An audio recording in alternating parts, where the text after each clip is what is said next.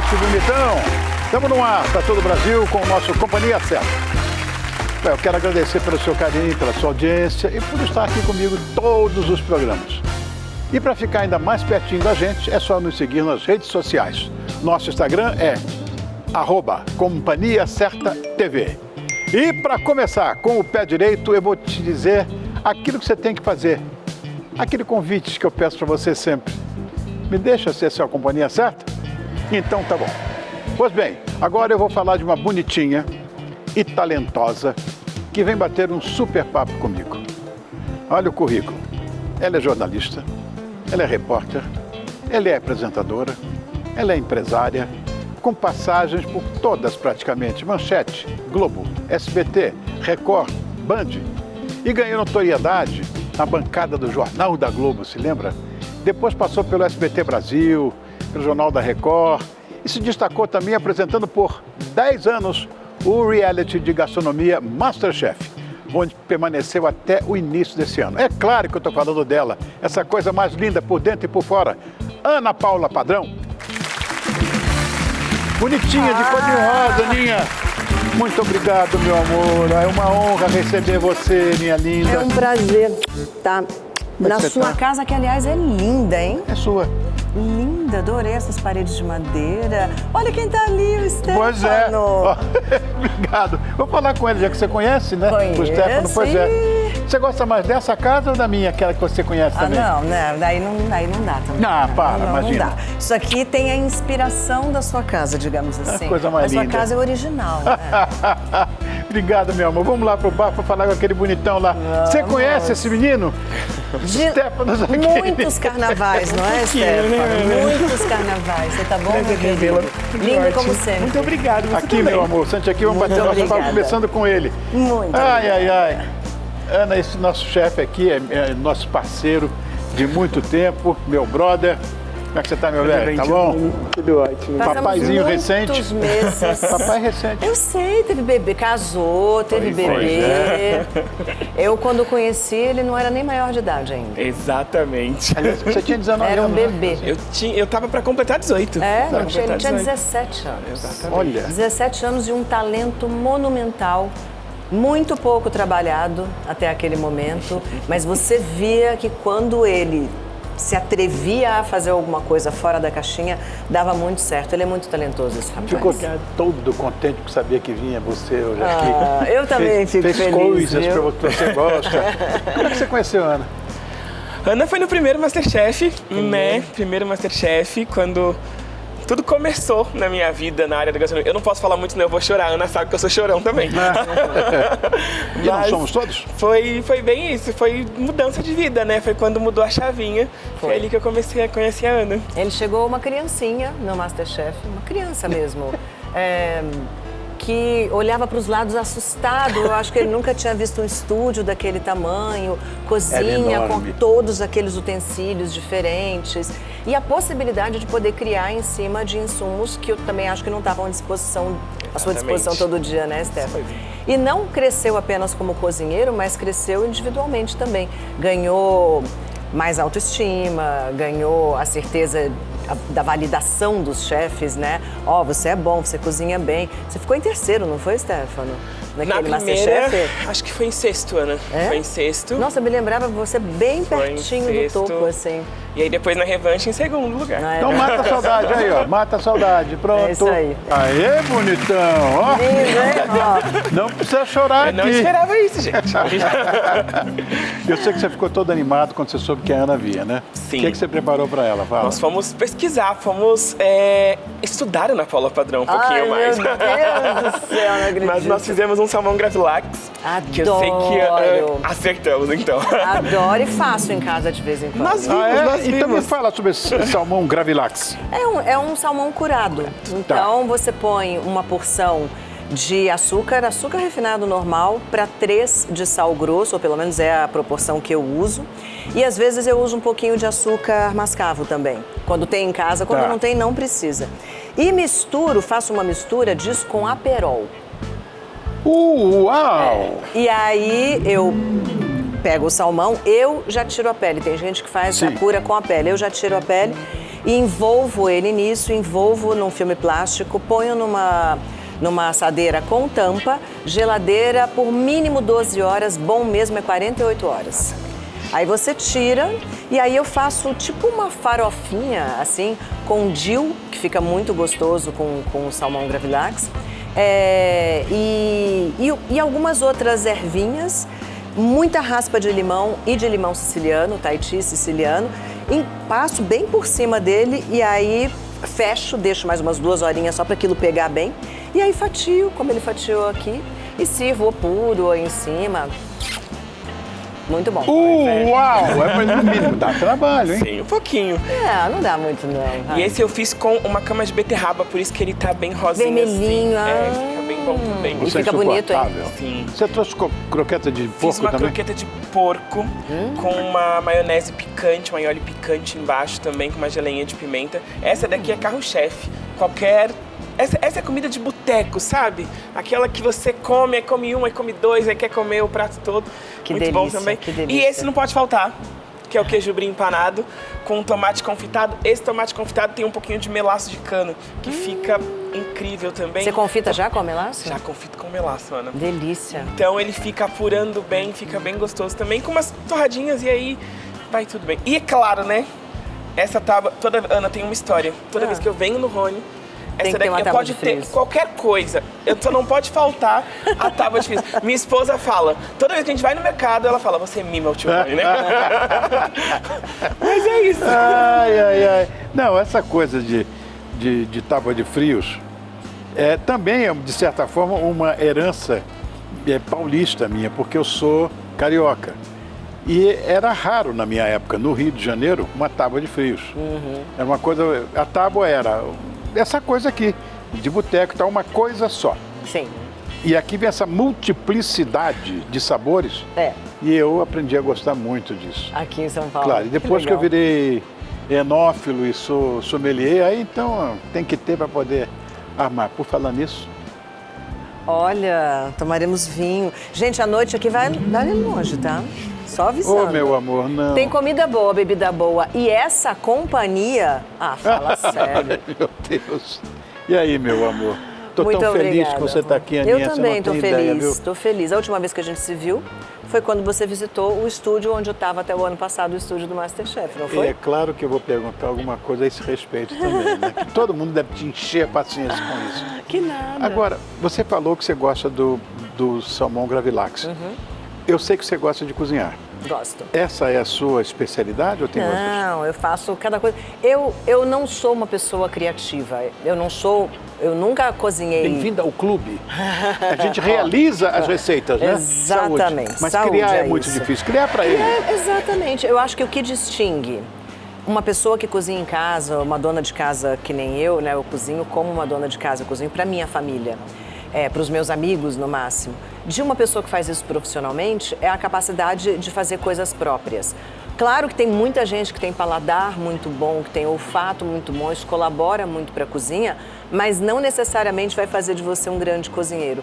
Mas a capacidade de começar com receitas prontas e evoluir para receitas próprias é muito difícil. Sem dúvida. E eu não sei fazer nada próprio, não. Eu só sigo receita. Claro que você vai desenvolvendo ali, né? Assim, o bolonhesa que eu faço, bolonhesa que eu faço. Eu só faço só o meu. Adoro. Eu também, adoro. Adoro. Comfort food, né? Aquela comidinha que deixa a barriga feliz. Vamos falar para o professor. Eu acho que daqui a pouco eu vou te chamar de volta. Eu vou levar para você levar essas coisinhas para a gente mastigar lá. Eu vou levar a Aninha para aquele sofá para a gente continuar o nosso papo, né? Bom, nós falamos de MasterChef. Falamos. Muito bem. A pergunta que você deve ter ouvido que eu falar com você deve ter, não aguenta mais responder isso, tá? Por que você saiu do programa? Porque eu sou uma pessoa que muda. Eu já entendi isso. Né? Eu vou fazer 60 anos esse ano. E seu também. Muito. Henrique mandou uma foto dele. Ó, pra você acreditar que eu tô mesmo. Não é Henrique, é o grupo do MasterChef. Bom, ó, eu sei que você vê tá vendo? Amigos vídeos dele tudo, em Paris. Aí eu escrevi, abusado. E, ó, gente, é o grupo do Master. Ó, agora você vê, eu sei que você fez um monte de amigos por lá, mas eu quero falar, porque é nosso amigo comum. Esse cara alimentou a Aninha durante a pandemia. Conta essa história, que eu acho tão bonitinho da marmita. Fala. Ele é muito fofo. Eu gosto muito do Henrique. A gente é vizinho. Ele mora, sei lá, 5 ruas pra lá da minha. Sei.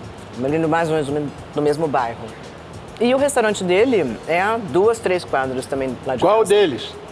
Presidente. Tanto o Presidente quanto o Lutécia, que são bem pertinho um do outro. Lutécia é uma coisa imperdível. É maravilhoso, Eu né? adoro o Lutécia. Mais do que o Presidente. Eu almocei lá ontem. O ambiente é muito descontraído, muito gostoso, né? Aquela coisa de Asterix, Obelix. Exatamente. Eu gosto muito daquela coisa. Eu gosto da decoração. Eu também. Eu acho muito legal.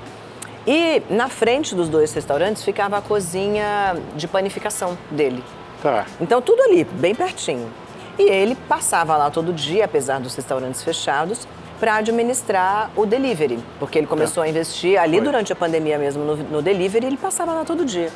E aí o que ele fazia? Ele pegava uma panelinha de qualquer coisa ou embrulhava um pão, parava na porta de casa, deixava na portaria, aí eles pegavam a sacolinha, me avisavam, seu Jacquin passou aqui e deixou uma sacolinha para você. Então, gente, eu comia o estrogonofe do chefe.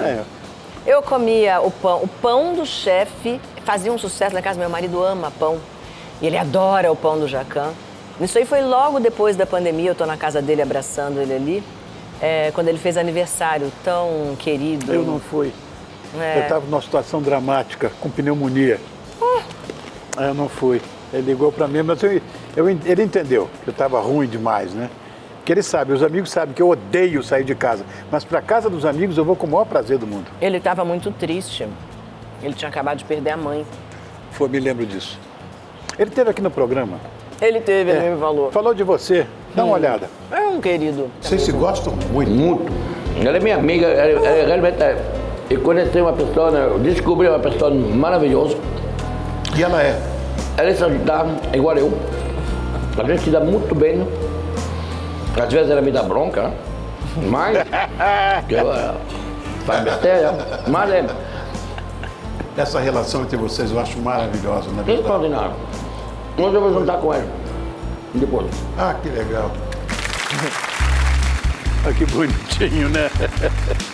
Eu adoro o Jacquin. Também. Eu adoro o Jacquin. Ele tem um grandíssimo coração. Pois é. É uma pessoa muito generosa. Eu falei com ele uma vez, Henrique, puxa vida, você faz um personagem que não, de um ogro, você não tem nada a ver com isso. Não.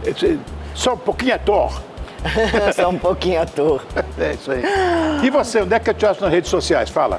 Em qualquer rede social, Stefano Zacchini tem todo o nosso portfólio, todas as nossas lojas, todos os nossos trabalhos, tem tudo lá. Stefano Zacchini em qualquer Daqui a pouco rede você social. volta, hein? Volto sim. Obrigado, querido, por enquanto. Até já. Muito bem. Amor meu, como é que eram os bastidores, né? Desse programa aqui? Eu participei uma vez fazendo uma pizza. Ganhei, fiquei muito feliz. Fui com meu filho. Foi. Tem alguma curiosidade, assim, que você não tenha contado sobre comidas? Desculpa essa intromissão sobre os participantes, alguma coisa extra que você nunca falou com ninguém e fala com seu amigo hoje, sei lá. Rony, tem muita coisa que as pessoas não veem no Master, porque como ele é um formato internacional, ele tem regras. Sim. Que a gente tem que seguir, que vão desde o logo, as cores, como o estúdio pode ser montado, que tamanho ele tem que ter, até o tipo de prova que a gente pode fazer. Então, não é toda a prova com todo tipo de comida. Eles não gostam de provas que radicalizem a comida, tipo comidas que não existem, que você está fazendo, sei lá, comer formiga viva. O brasilianismo, né, que eu sou brasilianista, ufanista, eu conheço o original. O nosso é muito melhor. Eu Deixa acho eu te contar mesmo. uma coisa. É muito melhor o nosso Masterchef. O Masterchef está em mais de 140 países do mundo. Sim, eu vi vários. Pois é.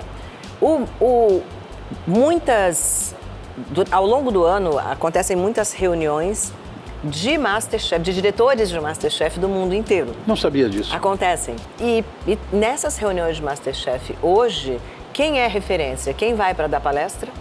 O Masterchef Brasil. Olha. A Marisa Mestiço, a nossa diretora lá no Master. Porque realmente o formato é muito bom.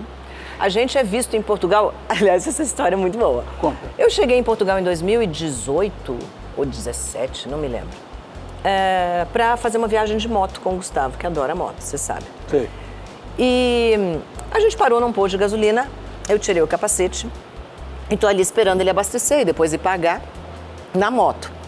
Veio uma moça falando português lá de dentro, senhora Ana Paula. Eu falei, caramba, estão me reconhecendo aqui em Portugal? Não é possível uma coisa dessa. E ela veio assim, a senhora poderia tirar uma foto comigo que nós adoramos o programa da senhora. Eu falei, caramba, ela vê o Masterchef. E aí eu fui entender, bom, estava no ar, não na TV aberta, mas num programa a cabo, faz um sucesso incrível.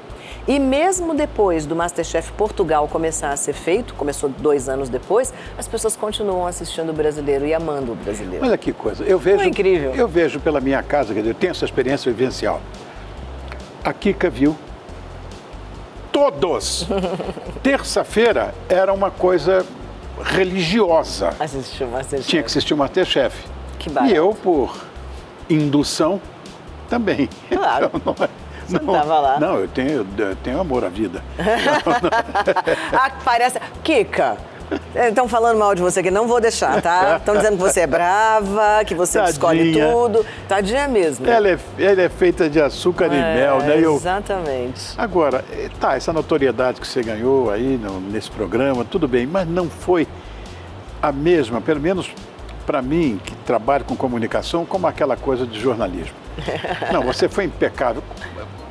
Bom, vamos relembrar então como você escolheu essa profissão de jornalista. Você sabe, Rony, que o jornalismo, para mim, foi uma maneira de aproveitar um talento que eu achava que eu tinha, que era para escrever. E tem. Desde pequenininha eu escrevo direito, assim, escrevo bem. E a minha capacidade de verbalizar minhas ideias com clareza para sair de Brasília. Eu nasci numa cidade... Você é brasiliense? Eu sou. A cidade nasceu em 1960. Foi? Abril de 60. E eu nasci em novembro de 65. Uau. A cidade mal existia. E eu venho de uma família sem grandes recursos, então não é que a gente viajava muito. Às vezes, nas férias, meu pai botava meus irmãos, que são bem mais novos do que eu, no carro para ir para Minas, para a terra deles, 7 Lagoas. Ah, 7 Lagoas. E quando a gente via a praia, era no Espírito Santo, que é a praia do Mineiro, né? Era no Espírito Santo. Então, assim, eu não conhecia nada do Brasil, não conheço muito menos do mundo. Eu viajei pela primeira vez para fora do Brasil, eu tinha, sei lá, 23 anos, por aí, de idade, e paguei. Então, não era uma vida fácil, com muitos recursos. E eu olhava e pensava o tempo inteiro, o que será que tem além do Planalto? Olha, uma coisa que eu não me esqueço de jeito nenhum. Eu tenho paixão por história. Leio sobre história o tempo inteiro. E aquela sua atuação, vou dizer assim, né, como correspondente, aquilo me impressionava muito. Eu morria de medo. Você acredita nisso? Você não tem medo de nada, não, mas de ver verdade. você, sabe, você foi impecável, cumpria aqueles acontecimentos. Eu falei agora há pouco, né? Afeganistão, né? Kosovo, olha, como é que foram essas experiências? Afeganistão foi engraçado, porque quando eu propus... Eu não acharia engraçado, não. Não, foi curioso, porque quando eu propus a matéria pela primeira vez, a primeira coisa que eu ouvi foi: até o brasileiro aprender a falar o nome desse país, sua série já saiu do ar e não vai levar a canto nenhum. Então, eu fui muito desestimulada. E fui muito desestimulada também pelos meus pares, homens, que eu não conseguia ler, obviamente eu não falo pastum. E eu procurei alguém que falasse pastum em Nova York, levei numa loja de um vendedor de tapetes, leu para mim. E ele falou assim, o que está escrito aqui esta equipe já esteve em lugares como a Caxemira, pedem vistos. Aí eu falei, tá, eu vou sair de Nova York, eu vou porque eu não era direto para o Afeganistão, né? Eu, na verdade, tinha que ir antes para o Paquistão, Para ir para a embaixada, Deus. tinham 3 países que reconheciam o Talibã naquela época, o Paquistão era um deles. Para ir para a embaixada com um pedaço de papel de padaria. É inacreditável isso. E aí foi uma coisa de medir o risco, sabe? Eu falei, bom, eu já vou estar ali do lado. Eu tenho para quem ligar, porque eu tô há 1 ano conversando com esses caras. Eu vou, mas obviamente que eu disse que eu tinha o visto. Eu não tinha, eu só tinha o papel de padaria. E fui eu com uma equipe, uma produtora, um repórter cinematográfico, eu e o papel de padaria. Chegamos lá na embaixada e funcionou. E funcionou o papel de padaria. Coisa de brasileiro, não tem... É muito louco, né? É muito maluco. É muito louco. E aí foi muito interessante a viagem, porque você tinha que cumprir uma série de normas. Se você cumprisse as normas que você assinou, que você ia cumprir, você não tinha uma única imagem. Então, você não cumpre, você filma escondido, você vai onde você não pode, você conversa com quem você jamais poderia chegar perto e você sai de lá com uma série de matérias. E foi interessante também porque alguma coisa me dizia que aquelas imagens, que aquelas histórias iam interessar o brasileiro. E foi quando eu entendi pela primeira vez que eu sabia exatamente quem era o meu cliente, que é a pessoa que está sentada em casa na frente da televisão. Eu pensei assim, eu sei quem é essa pessoa, eu sei quem é essa família, eu sei quem é esse cliente. Era eu. E foi o mesmo feeling que eu tive quando eu vi o formato MasterChef pela primeira vez.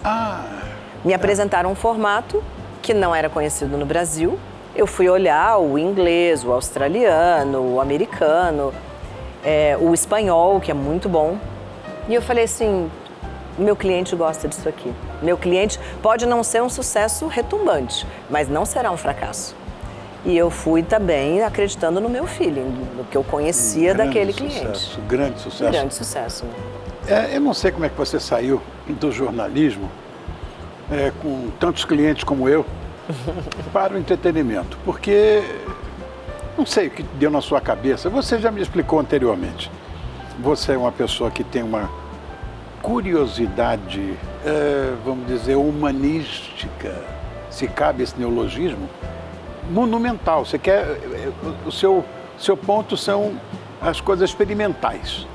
Eu entendi isso, mas você não tem uma outra coisa, Rony, que é o seguinte.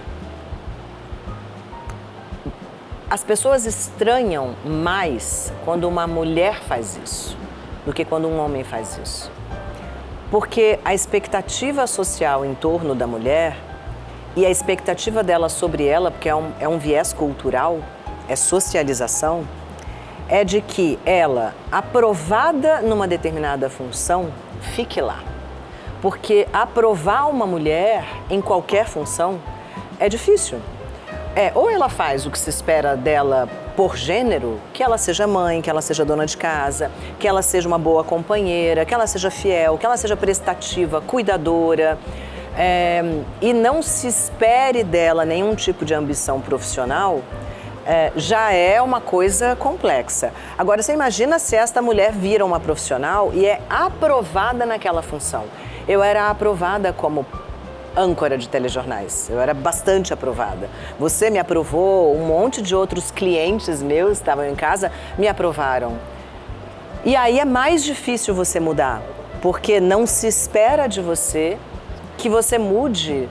Poxa, como é que uma mulher é aprovada por todo mundo no que ela está fazendo e aí ela decide mudar? Então isso também me desafia, sabe? Eu vou mudar sim.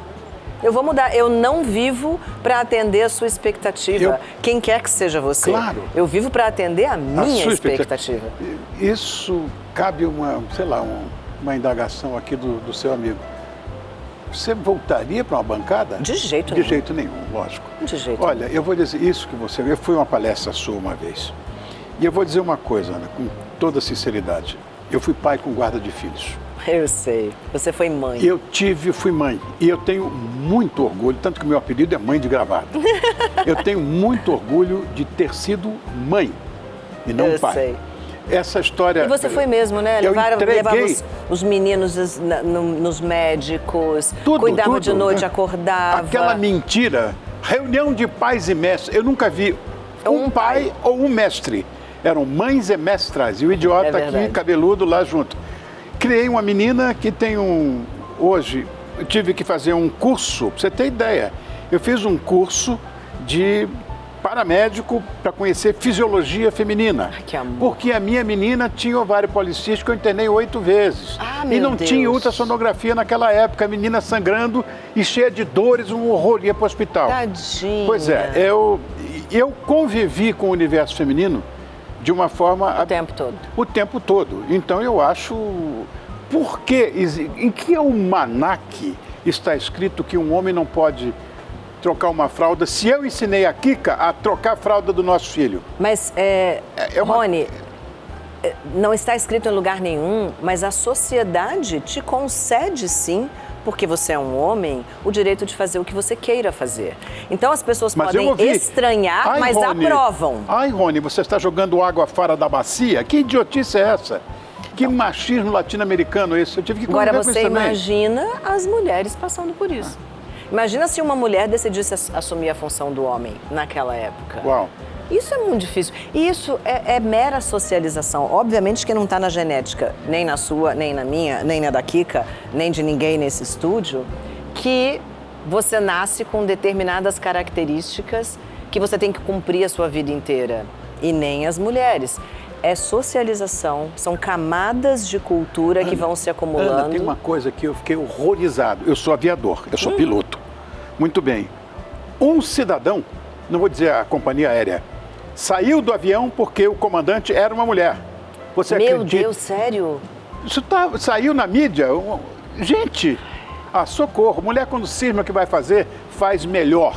Evidente. Acabou. Vamos lá para o sofá continuar nosso papo? Vamos. Depois a gente...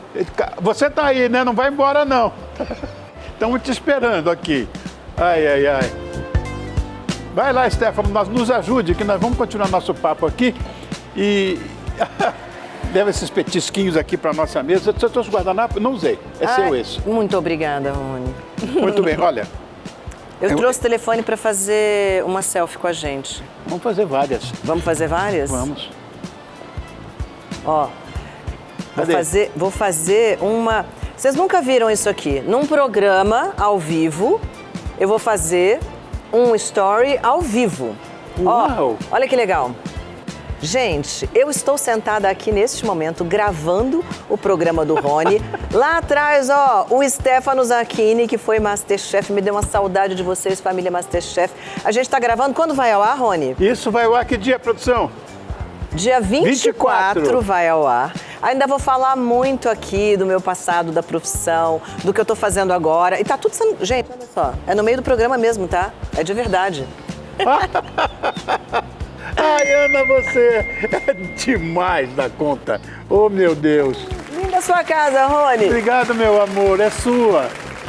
Ai, adorei. Nunca aconteceu isso nesse programa. Não, olha, nunca. Um dos mais impecáveis programas que a gente gravou aqui, né? Muito legal, falei né? que ia ser legal. Muito legal, então, muito legal. Aninha, aqui no programa temos um quadro chamado Direto do Álbum. Isso aqui, na verdade, qual é a nossa intenção? É relembrar, revisitar memórias dos nossos convidados através de fotografias. Ai, meu Nós Deus. pegamos aqui algumas e você pode ter a mais absoluta certeza, olhando no meu olho, nesse programa só vem quem eu amo, mesmo.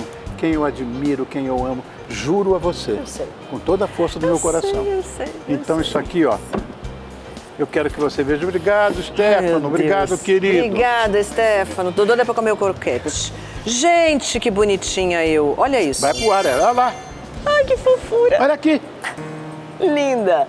Linda mesmo. Vou roubar essa criança. Eu fui um bebê muito bonitinho. Muito branquinho. você... Cabelo preto, assim. Hoje eu clarei um pouco o cabelo, porque ele já tá branco. E eu quero me manter um pouco morena. Mas eu acho que meu cabelo é preto desse jeito. Sempre foi.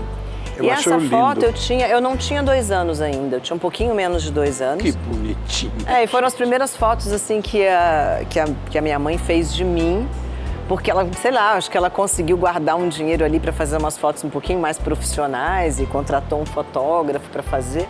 E eu era assim, eu tinha os dentinhos separados, eles só juntaram depois que eu... É bonitinho, né? Eles só juntaram na segunda dentição. E assim, eu acho esse olho, eu sempre tive esse olhão grande e... Que bonitinha. E essa cara boa. E essa cara linda que você tem hoje. Cara boa, cara de quem quer ser feliz na vida. Mais. Linda. Vamos. Ah, essa foto, essa foi quando eu fiz 1 ano de idade. Papai, quer dizer, mamãe? eu não me lembro disso, mas minha mãe me contou, né? Minha mãe, Sim. que era uma mulher muito... É bonita até hoje. Minha mãe tem 80 e muitos anos, mas é muito bonita até hoje. Papai já não está aqui, ele foi antes da pandemia, em 2019, ele foi embora. E era, assim, um cara muito... Toda a minha formação intelectual, digamos, eu devo a ele, porque apesar da gente não ter muito dinheiro, ser uma família de classe média baixa, ele gostava muito de ler, ele sempre leu muito, ele sempre me desafiou muito intelectualmente. Então eu acho que o primeiro traço de certeza de que eu não precisava cumprir o papel social que se esperava de mim foi entregue a mim justamente por um cara que era um mineiro conservador, católico, machista, que foi o meu pai.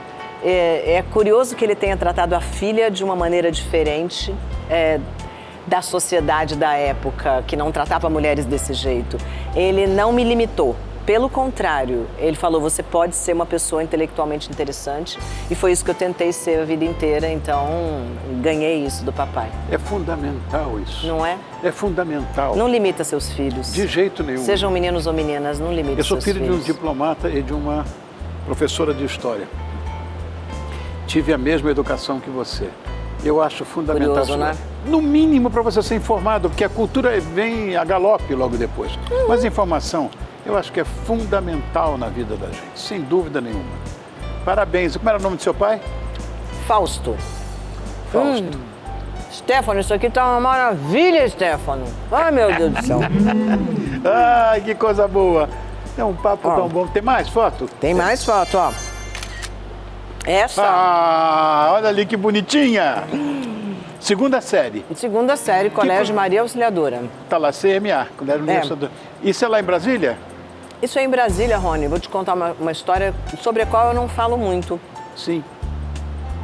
Essa criança, que na segunda série tinha 8 anos, era uma criança epilética. Eu fui uma criança epilética. Olha.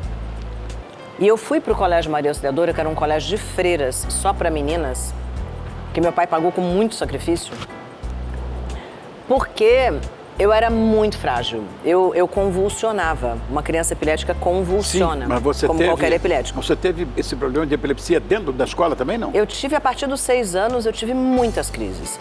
E quando eu tive aos 6 anos pela primeira vez, eu estava num colégio misto.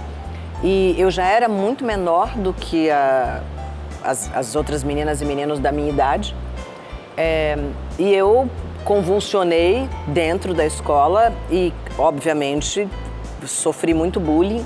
Eu não entendia o que acontecia naquela época e meus pais fizeram uma coisa muito legal de não me deixar tensa com a história. Olha, é isso aqui, é esse remédio, mas a gente está falando de Brasília, anos 70, começo dos anos 70. O que existia era o hospital de base, que era o hospital público. E no andar da neurologia, tinha uma ala de neurologia infantil, que tinha um médico, que foi quem me tratou naquela época, e eu agradeço muito a isso, porque ele era um cara bem mais velho, muito experiente, muita experiência com neurologia infantil, e ele me acompanhou. Eu ia lá a cada 4, 6 meses, eu fazia um eletroencefalograma a cada 6 meses, e ele nunca deixou meus pais entrarem no consultório comigo. Ele falava comigo. Imagina naquela época se deixar sua filha entrar sozinha no consultório de um médico. Eu não sei se eles deixavam por falta de informação ou porque eles precisavam confiar em alguém. Claro. Mas este médico, que eu obviamente já deve ter morrido, me ajudou muito, muito. Porque eu conseguia compreender os meus limites, eu conseguia compreender o que era o eletro, eu conseguia falar um pouco das minhas sensações. Por exemplo, eu não conseguia amarrar um cordão de sapato direito. Eu fui fazer balé para ganhar um pouco de coordenação motora física, daquela fina, sabe? E eu devo isso a esse médico, que naquele momento, em Brasília, era um profissional muito sério, muito qualificado e conseguiu me ajudar nisso. Eu acho que cabe aqui um parênteses para todos nós que, de uma forma até impiedosa, largamos o pau no Sistema Único de Saúde do Brasil. Olha, eu vou dizer uma coisa, a demanda é muito grande, então é lógico que exista muita gente que é, de certa forma, desassistida. Mas olha, países topo de linha em termos de economia não tem medicina pública, não tem. Não tem. E olha... E foi a medicina pública exatamente. Que me fez atravessar um período muito difícil, porque você imagina uma criança de 6 anos de idade, convulsiona, eu quebrei muitos dentes, os meus dentes da frente, eu não tenho nenhum meu, porque todos eles quebraram nas crises de convulsão. E naquele momento, encontrar um profissional num hospital público em Brasília, experiente, qualificado, que me levou a atravessar esse processo e que me acompanhou dos 6 até os 16 anos. Meus elétrons começaram a se normalizar aos 18.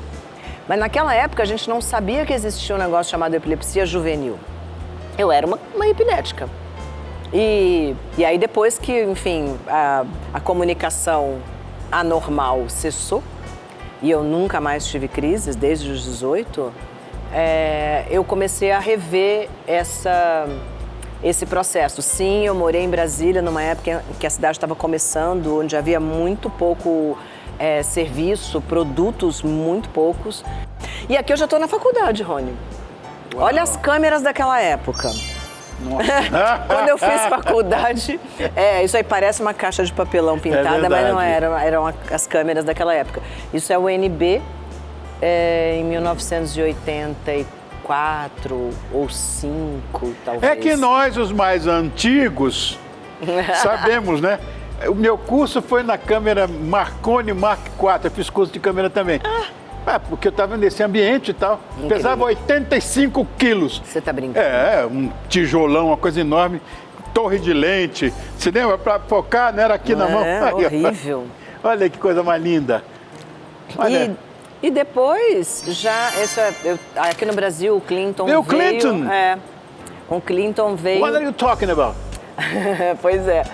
Isso assim, deve ter sido por volta de 2012, 11, ali no começo dos anos 2010, e ele veio dar uma entrevista num fórum em Manaus. Okay. E eu fui entrevistá-lo lá. E isso foi logo antes de começar a entrevista, ele me perguntou alguma coisa e eu cheguei perto para explicar para ele. Essa foto ficou muito divertida, né? Porque muito parece que a gente está fofocando. Parece, né? Parece que a gente está fofocando. E depois tem uma foto que é muito legal também. Eu fiz várias Copas, né? Isso é Copa do Mundo com... Onde? Isso aí é Coreia e Japão, quando o Brasil foi campeão. Oh, que belezinha. O Brasil foi campeão na Copa anterior, que foi em 98. Foi aquela tragédia que a gente perdeu da França, com aquela história do Ronaldinho na última hora, enfim. Foi bem bacana a gente na Copa seguinte ter levado, e era uma seleção super desacreditada. Foi até o fim e ganhou, foi uma Copa bonita, síndrome viu? de cachorro vira-lata que a gente tem, vamos sempre desacreditar. Exatamente. Né?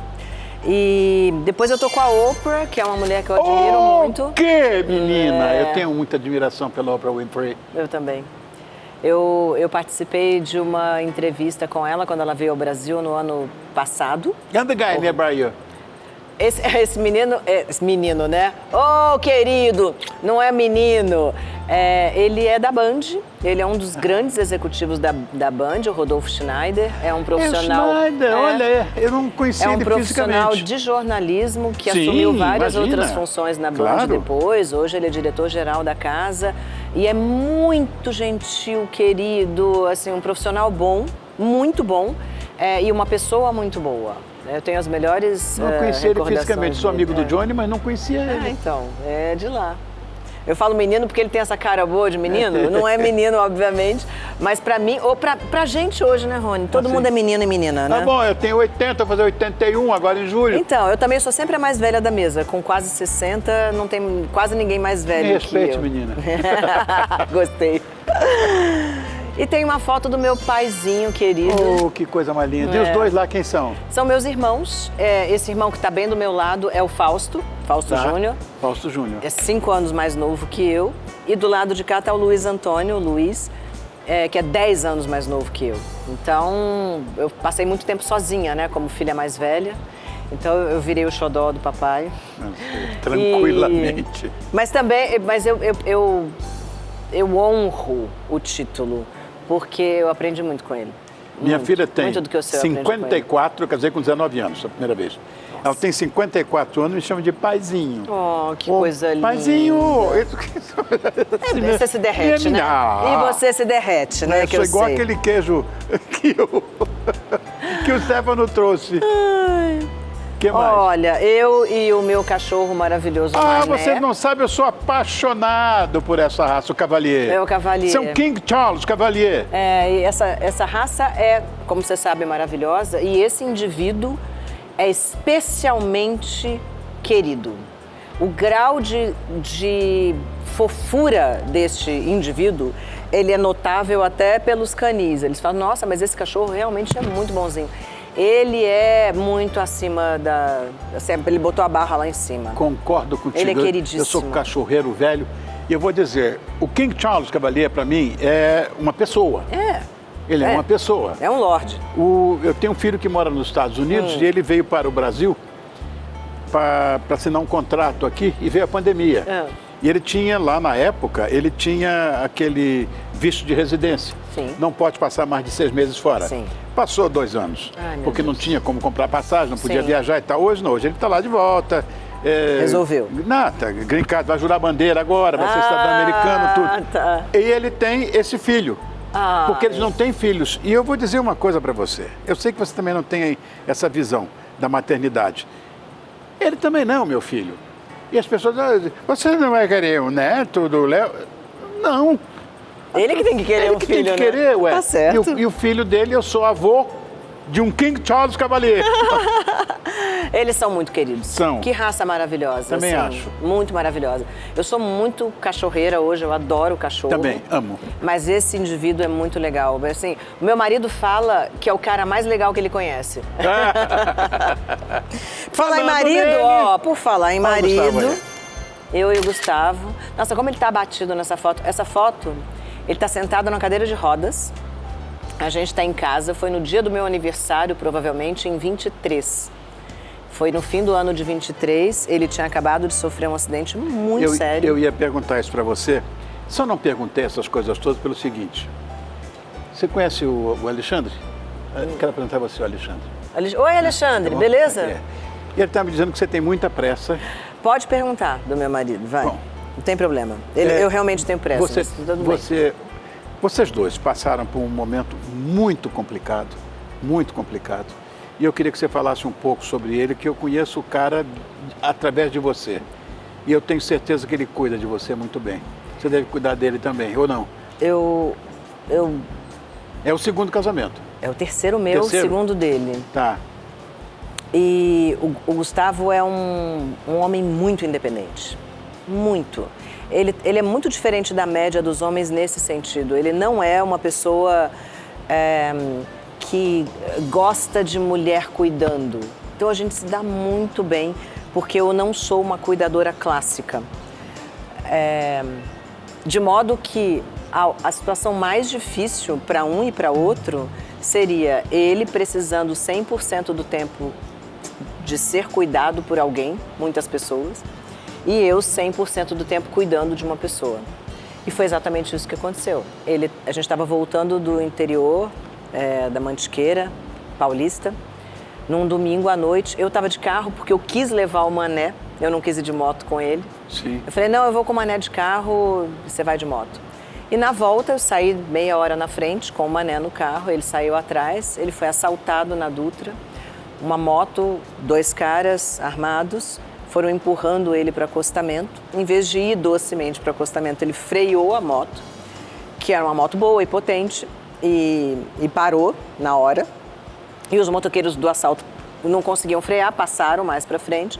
Quando ele viu que eles pararam 30 metros na frente, ele falou assim, é a minha hora. Ele largou a moto no chão, no meio da Dutra, às 7 horas da noite, lotada, domingo volta para casa. E começou a correr, sozinho. Correr para trás, fazendo sinal para os carros, pensando, alguém vai parar. Mas ninguém parou. E aí ele ouviu o primeiro tiro. Ele olhou para trás e os caras estavam no acostamento, perseguindo ele, atirando. A Dutra, sim, podia pegar num carro, podia pegar numa criança. Ele falou, a minha chance de escapar é tentar fugir para o outro lado da Dutra, para o sentido rio. E ele pulou a primeira mureta, só que naquele trecho da Dutra, eu não sabia, tem uma vala, tipo um piscinão, porque tem desnível entre as pistas para encher e não alagar a pista mais baixa. E ele caiu nesse piscinão, são 10 metros de altura, que estava vazia ainda bem, porque não estava chovendo. E ele quebrou tudo, quebrou 26 ossos do corpo. Mas, enfim, saiu de lá vivo e consciente. Foi ele que me ligou, inclusive. A única coisa que ele mexia era essa parte do braço. E o telefone dele estava aqui na jaqueta, ele conseguiu abrir a jaqueta, me ligar. E aí você vê como tem gente boa no mundo ainda, né? Alguns metros atrás, estava vindo um carro que não viu o assalto em si, mas viu um motoqueiro atravessando e sumindo. E pensou, esse cara foi assaltado e ele caiu ali no piscinão. E ele parou 500 metros na frente, deixou o carro no pisca-alerta ligado, saiu com uma lanterna e uma arma, porque era um policial militar de folga, indo para o curso de sargento dele. E ele fez o que o instinto dele, a missão de ser soldado manda. Ele saiu do carro e foi procurar. Então eu estava no telefone com o Gustavo e ele me dizia que tinha sido assaltado e estava num buraco. E eu não sabia, não tinha a menor ideia de onde era, porque eu não imaginava que tinha um buraco na Dutra. E aí eu ouvi alguém gritando, o senhor foi baleado? Eu falei, quem tá aí, amor? Ele falou, não sei, uma lanterna. Eu falei, então grita meu telefone. Ele falou, ele já estava muito confuso nessa hora. Eu falei, grita para ele, 994. E ele gritou meu telefone e eu ouvi o cara gritando, quem é? Eu falei, fala que é a sua mulher. Aí ele é minha mulher quer vir. E eu estava parada no acostamento da Dutra também, com o manezinho, aquele cachorro fofo, com 2 olhos desse tamanho para mim, paralisado. Eles sabem que está acontecendo alguma coisa. Sabem. E aí fez plim o telefone e era a localização. E embaixo, venha tranquila, já chamei o socorro. E esse cara, que é o Sargento Silva Júnior, que na época era o PM Silva Júnior, se formou em março e nós fomos à formatura dele. Gustavo ainda de andador.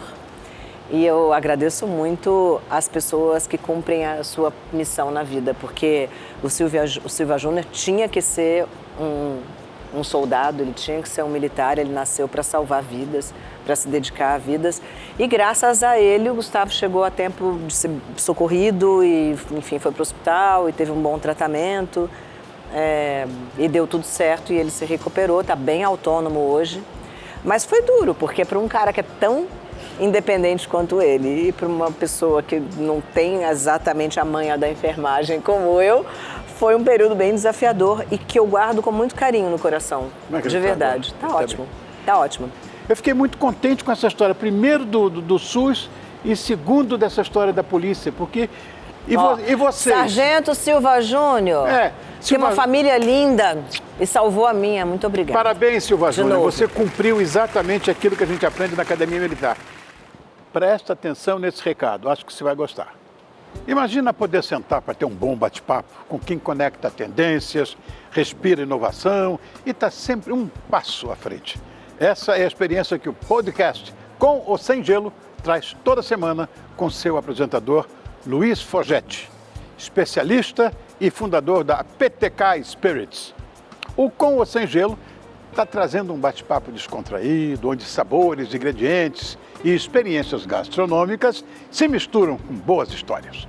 E para agitar o Com ou Sem Gelo, o entrevistado da vez é o cantor, compositor e multi-instrumentista. Aliás, ele começou a se interessar por música ainda criança, muito por influência de seus irmãos mais velhos. Estudou em Los Angeles, retornou ao Brasil para desenvolver seu trabalho autoral, sempre atuando em diversas frentes. Vamos ver um pouco como é que foi? Mostra. Eu, Luiz Paulo Fogé, tenho a honra, privilégio de receber aqui João Suplicy.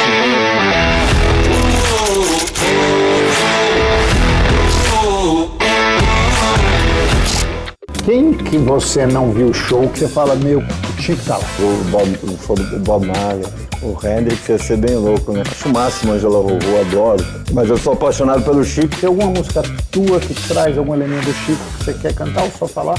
Ah, eu não revelaria. Help You Love Me Do. Yesterday or Imagine. É muito simpático essas aí. Mas é legal esse ping-pongzinho, é legal.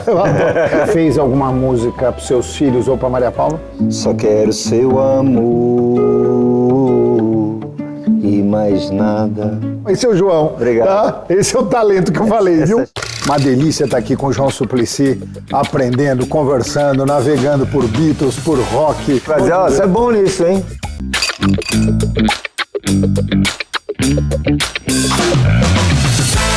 Viram só? Esse foi só um gostinho para você. Quem quiser conferir os episódios na íntegra, eles estão disponíveis no YouTube da Rede TV. Combinado? Então tá esperando o quê? Toda quinta-feira, 19 horas, Com ou Sem Gelo, no YouTube da Rede TV. Só para encerrar esse nosso papo, como é que tá ainda essa coisa da empresária que cuida da feminilidade? É incrível ensinar para mulheres como desempenhar um papel profissional relevante e sem tropeços, porque com a socialização que a gente tende a não buscar aprovação nisso, né, na nossa capacidade produtiva.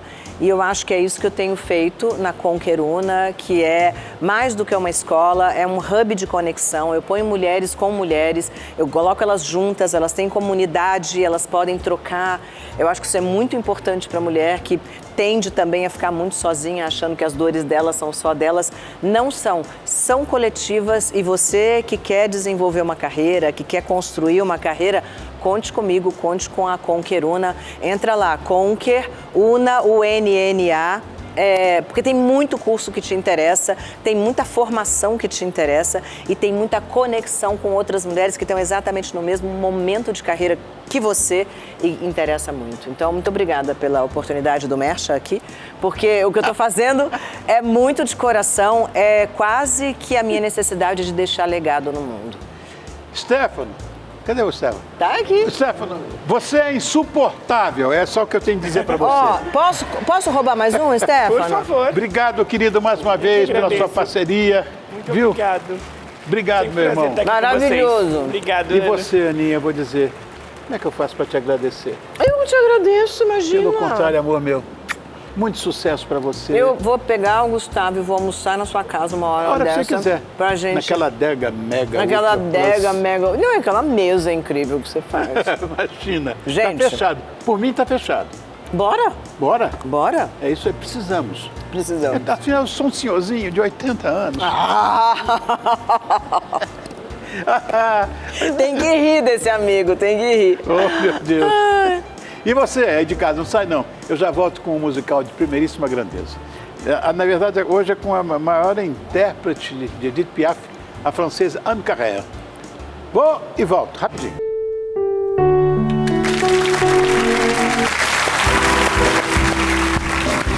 Tá, e nós estamos de volta e em grande estilo com essa voz encantadora dessa bonitinha Anne Carrère.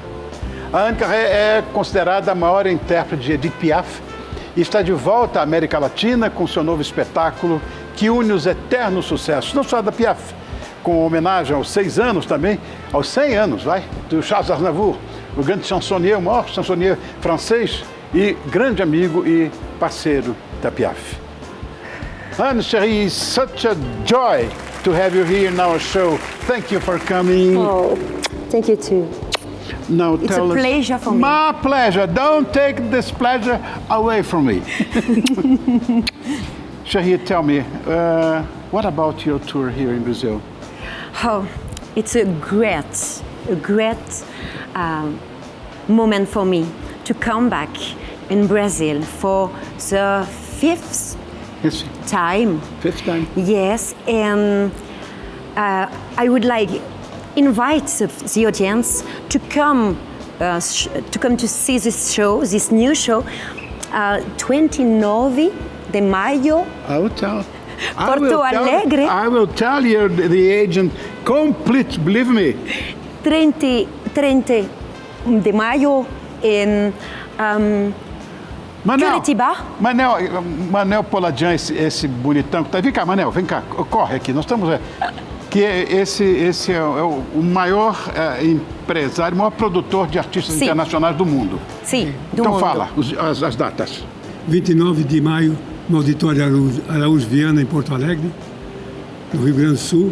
30 de maio, no Teatro Positivo, em Curitiba. 31 de maio, em Belo Horizonte, no Palácio das Artes. 1º de junho, no Espaço Unimed, em São Paulo. Depois ela descansa um pouquinho, 4 dias corridos. Perfeito. 7 e 8 de junho, no Teatro Municipal do Rio. E em seguida vai ao Chile, vai ao Peru e volta à Europa. Prazer é meu. Beijo em casa, querido. Obrigado. Muito bom te ver. Vamos. Obrigada. What the audience can expect from this tour? This tour is different because we had Charles Aznavour. Wow. The audience. I just love it. You just know me with Piaf, and for comeback, I need to come back with a new songs, and the French music of Aznavour is wonderful. It's powerful, like the song of Piaf, and the audience will discover the best song, the famous song of Charles Aznavour, and more. Marvelous. With my voice. I'm a woman. Charles Aznavour is a man. Yes. And it's no matter. It's not the same. I have another sensibility. Great songs. You're a great singer. Thank you so much. And you know and it. I would like just to add that the song of Aznavour is a song of the man. Yes. But Liza Minnelli sing Aznavour. Yes. It's a song of man. It's possible to give the feeling, the emotion to the audience with the song of Charles Aznavour too. Je vous parle d'un temps que les moins de 20 ans ne peuvent pas connaître. Montmartre en ce temps-là, accroché ses lilas jusque sous nos fenêtres. La bohème,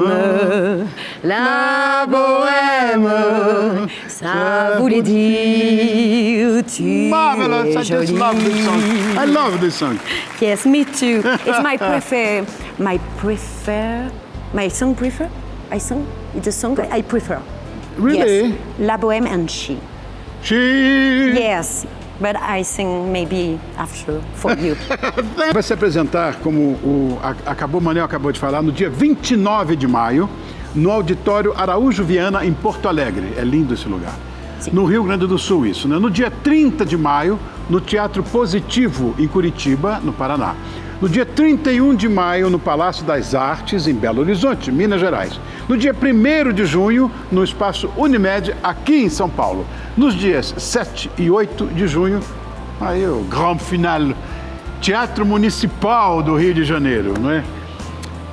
Annie, my dear, how I can tell you, congratulations Thank on you so your much. work and your talent. Wishing you a great success here in our country. And we Brazilians just love you, believe me. Oh, thank you so much. I love the Brazilian audience. I love the Brazil. The Brazilians are caloroso. Yes. Oh, I love it. Will you please sing just one music for us, perhaps? Yes, Aznavour. Ah, bien. Yes. Bien, chérie. Just for you. Thank you so much.